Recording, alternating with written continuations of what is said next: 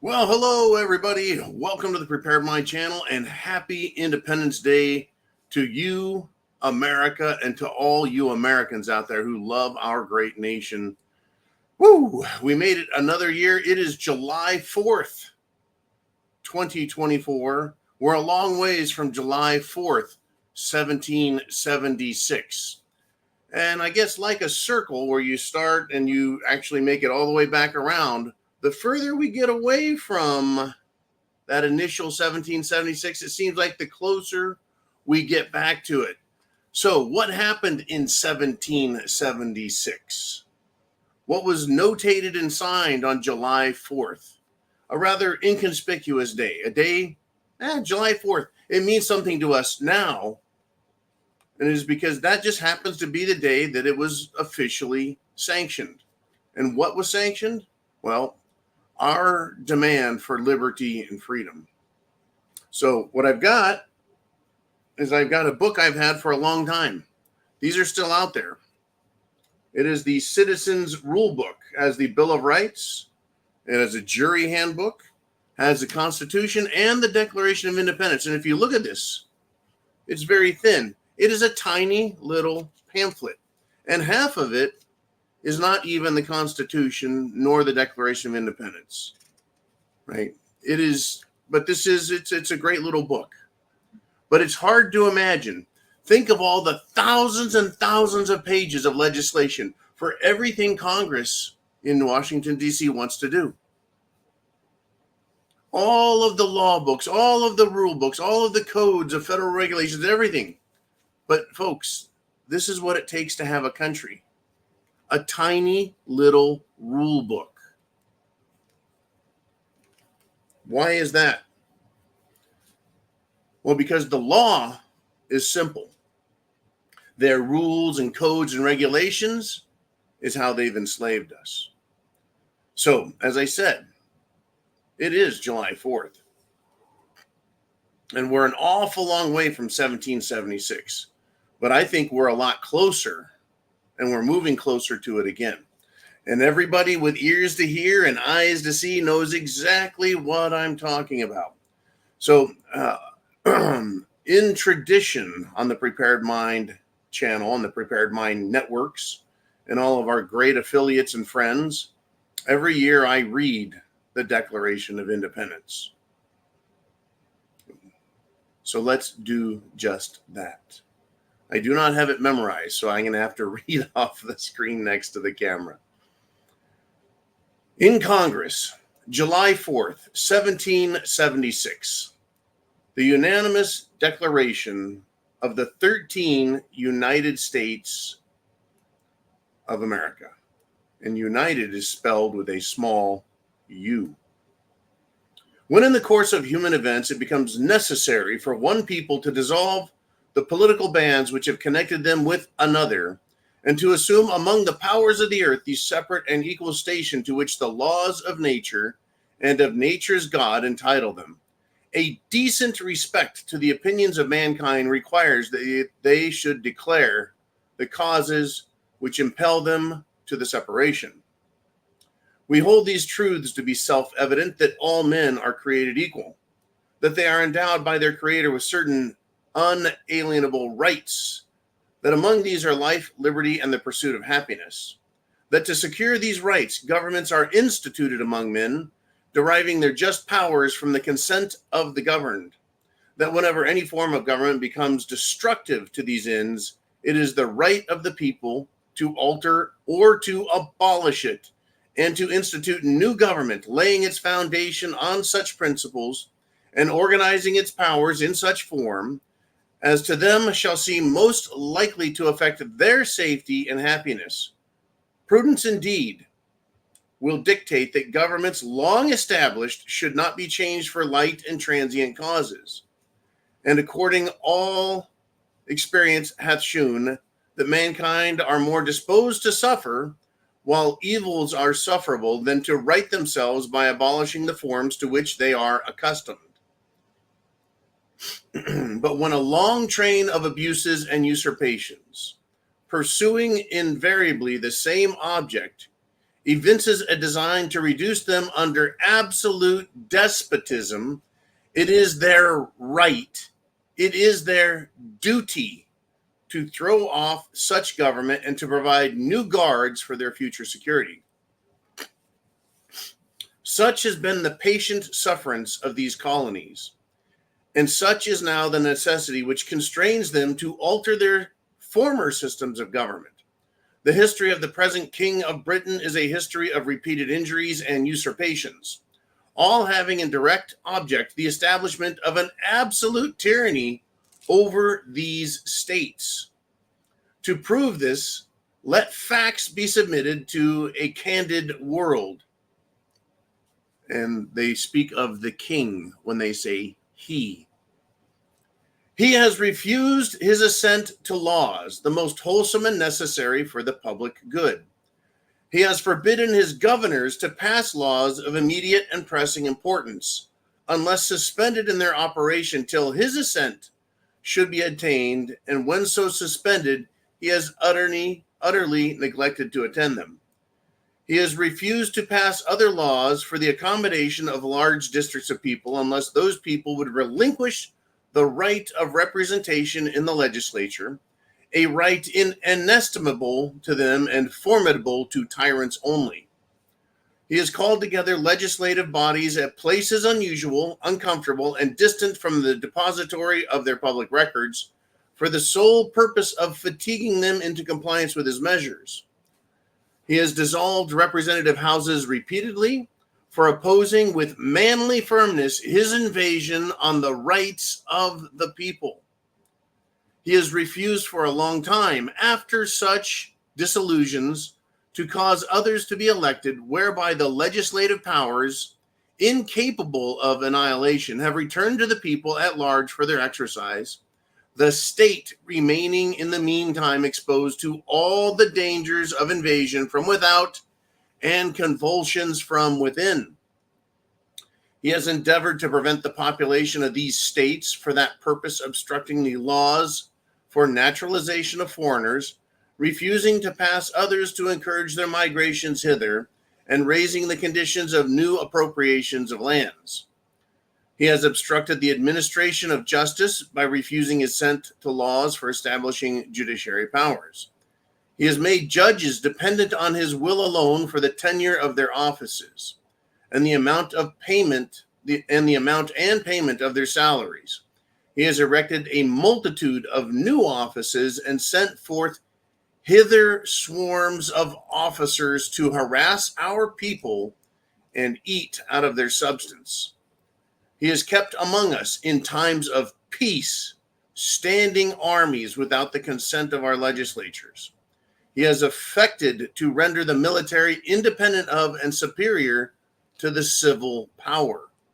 He has combined with others to subject us to a jurisdiction foreign to our Constitution and unacknowledged by our laws, giving his assent to their acts of pretended legislation, for quartering large bodies of armed troops amongst us, for protecting them by a mock trial from punishment for any murders which they should commit on the inhabitants of these states, for cutting off our trade with all parts of the world, for imposing taxes on us without our consent, for depriving us in many cases of the benefits of trial by jury, for transporting us beyond seas to be tried for pretended offenses, for abolishing the free system of English laws in a neighboring province, establishing therein an arbitrary government, and enlarging its boundaries so as to render it at once an example and fit instrument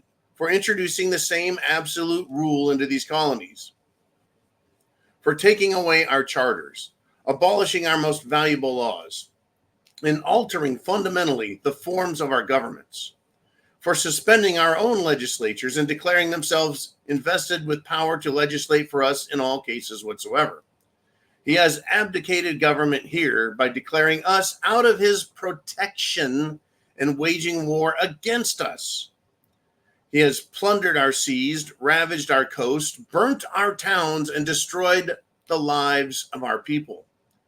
He is at this time transporting large armies of foreign mercenaries to complete the works of death, desolation, and tyranny already begun, with circumstances of cruelty and perfidy scarcely paralleled in the most barbarous ages, and totally unworthy the head of a civilized nation. He has constrained our fellow citizens taken captive on the high seas to bear arms against their country, to become the executioners of their friends and brethren, or to fall themselves by their hands.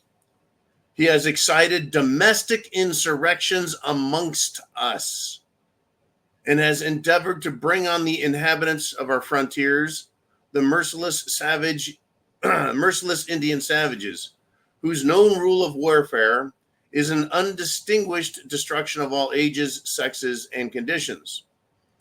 In every stage of these oppressions, we have petitioned for redress in the most humble terms. Our repeated petitions have been answered only by repeated injury. A prince whose character is thus marked by every act which may define a tyrant is unfit to be the ruler of a free people. Nor have we been wanting in attentions to our British brethren. We have warned them from time to time of attempts by their legislature to extend an unwarrantable jurisdiction over us. We have reminded them of the circumstances of our emigration and settlement here. We have appealed to their native justice and magnanimity, and we have conjured them with the ties of our common kindred to disavow these usurpations, which would inevitably interrupt our connections and correspondence. They too have been deaf to the voice of justice and consanguinity. We must therefore acquiesce in the necessity which denounces our separation, and hold them, as we hold the rest of mankind, enemies in war, in peace friends. We therefore, the representatives and the United States, we therefore, the representatives of the United States of America in General Congress, assembled, appealing to the Supreme Judge of the world for the rectitude of our intentions, do in the name and by authority of the good people of these colonies, solemnly publish and declare that these united colonies are, and of right, ought to be free and independent states, that they are absolved from the allegiance to the British Crown, and that all political connection between them and the state of Great Britain is and ought to be totally dissolved, and that as free and independent states, they have the power, they have full power to levy war, conclude peace, contract alliances, establish commerce, and to do all other acts and things which independent states may of right do. And for the support of this declaration, with a firm reliance on the protection of divine providence, we mutually pledge to each other our lives, our fortunes, and our sacred honor. There is a lot to unpack there, but it's not difficult. You can read every paragraph. You can read every sentence. You can look at the words, and they were written in such a way as to be easily understood then, and they are easily understood today. It is our right. It is our duty to live as we see fit. And I think it's important to note that the Declaration of Independence was not written for 100% of those who live in America. It was written by and for and under the authority of those who had the fortitude, the courage, the intelligence, and the desire to be free. The cost of this document was nothing. Some travel time to be in Congress. The cost of sending that to the king is inestimable. Thousands of men and women, even children, perished. You can read within the Declaration. And again, this tiny little book has Declaration and the Constitution. Most of this book is filler.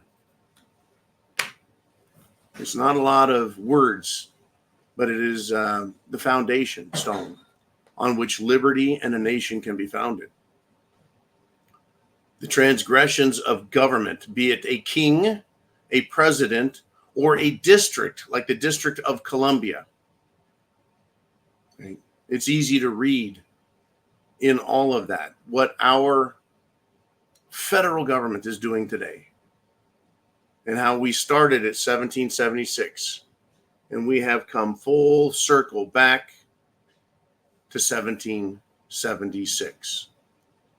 The people of the United States of America, the free people, their representatives, if they were to meet in Congress, and by Congress I mean gathering together to sign a Declaration of Independence, if understood to be what was happening, the United States government, not the United States of America, but the United States government, headquartered in Washington, D.C., would fall upon them like hungry wolves upon a sheep and destroy them utterly. The United States government in Washington, D.C. today so jealously guards its full and unhindered authority over every aspect of our life, could not bear to have a couple hundred protesters standing on the steps of our Congress shouting for a legitimate election, that they arrested those people after murdering several, assaulting all, and then arresting them and holding them without trial for years. While many have been held in trial and plead with the government for release for a lesser crime, many have said no crime was committed and they're still held in perpetuity against the Constitution, against the Declaration of Independence, against all lawful understanding. Indeed, Washington, D.C. is populated with tyrants to a greater and lesser degree. It is just an awful situation we find ourselves in, but a situation that I can see can be resolved. Resolved at what price? The same price, folks, that was paid in 1776 on July 4th. That time is coming. How we get there, we will find out. It was years, if not decades, of British redcoats under the orders of magistrates, governors, and even the King of England himself, tormented, tortured, burned, destroyed, raped, pillaged, and in all ways punished the American colonists.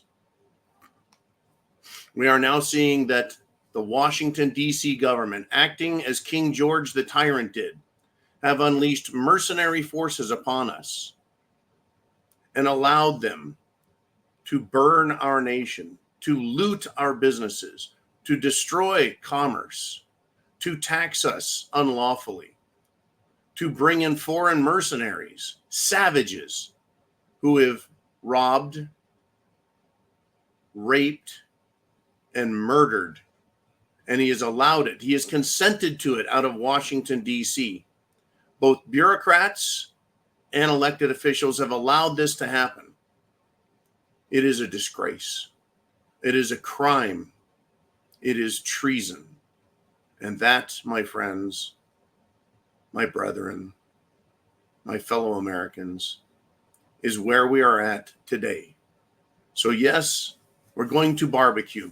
Yes, we're going to drink our alcoholic libations. And yes, we will smoke cigars, cigarettes, and various other niceties. And we will have our fireworks, symbolic of the bombs, missiles, rockets, and gunfire of the American Revolution. And I pray that those sounds don't become a reality as Americans face off against Americans, foreigners, and the government of the Washington, D.C., which through its persuasive and monetary powers will pay legions of our enemies to come upon us. I pray for America and all of you. Happy Independence Day. God bless America, and Semper Fi.